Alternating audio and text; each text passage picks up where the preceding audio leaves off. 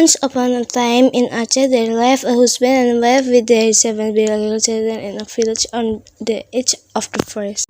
The family lives in harmony, peace, and happiness. They depend on life. At one time, the area where they lived experienced a long drought which resulted in famine. The land they used to work on was dry and could not be planted with vegetables. A husband and wife were worried about their fate, moreover they still have responsibilities towards their 7 young beloved girls. The husband and wife finally talked about determining their fate in the future. They both intended to leave their 7 children in the forest. However, while they were talking, their third son was taken without listening to the plan. The next day, the husband and wife took their 7 children to look for the fairy in the forest. At first, the 7 children did not suspect that their parents would drive them into the rest. The husband and wife then intended to find a source of water to drink. Then they both said goodbye to their 7 children to quickly find a water source. When leaving, the youngest child asked his parents to come back soon. However, the words of the youngest child were ignored by the parents. After all this time, the parents of the 7 boys did not come back to him. The oldest son died after his number 2 sisters immediately looked for their. However, this was prevented by the child who first found out that they were thrown into the forest. Knowing this, the eldest son replaced his parents to the responsible for his younger sibling. They then walked in the forest until it was getting dark. After walking for a long time, they then found a red tree with a hole in it.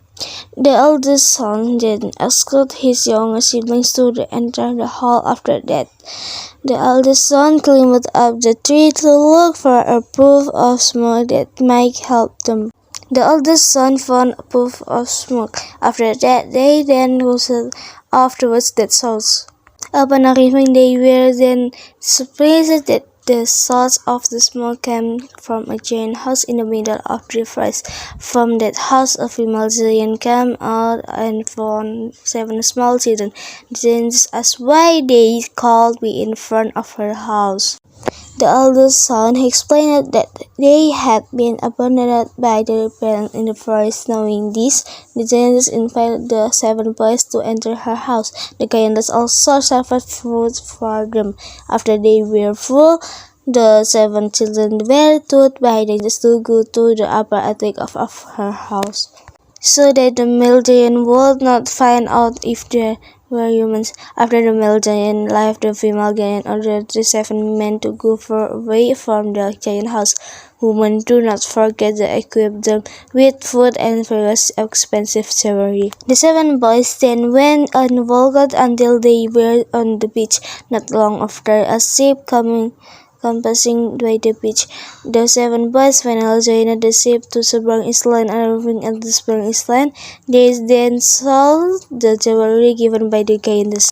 The proceeds from the sale are divided and processed into residential house and garden.